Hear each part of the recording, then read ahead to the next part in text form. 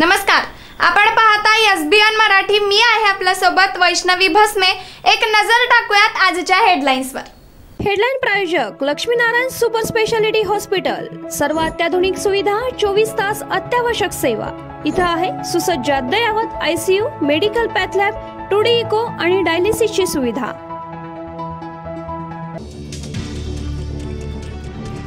कदाचित हे माझं शेवटचं उपोषण असेल। मराठा आरक्षणाची मागणी मान्य झाली नाही तर विधानसभेत ताकद दाखवणार मनोज जरांगेंचा सरकारला इशारा।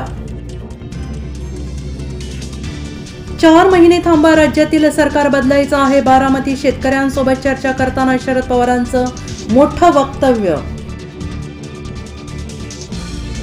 मिरजेत बकरी ईद सणाचा बाजार खुला, डोक्यावर चांद असलेल्या बकऱ्याची 2 लाख रुपये किंमत।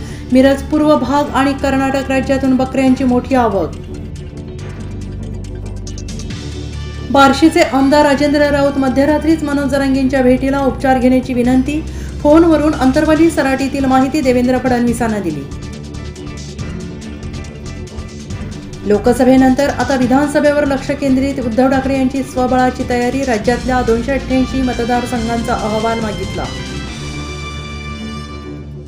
निवडणूक जवळ येताच अजित पवारांना टार्गेट केलं गेलं। तटकरेंनी सगळंच सांगितलं, जयंत पाटलांवर बोलले।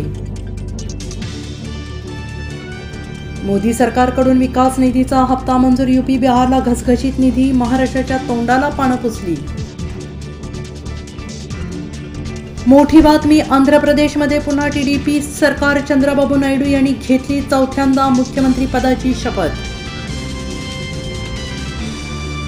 अजित पवारांना सोबत घेण्याची गरज काय होती? भाजपला अति आत्मविश्वास नडला। संघाने मुखपत्रातून आरसा दाखवला। कोकण, मध्य महाराष्ट्रानंतर आता विदर्भात मान्सूनचं आगमन। पुढील 4 दिवस रायगडासह संपूर्ण कोकणामध्ये जोरदार पावसाचा इशारा। राज्यात अंशतः ढगाळ वातावरण राहण्याचा हवामान विभागाचा अंदाज।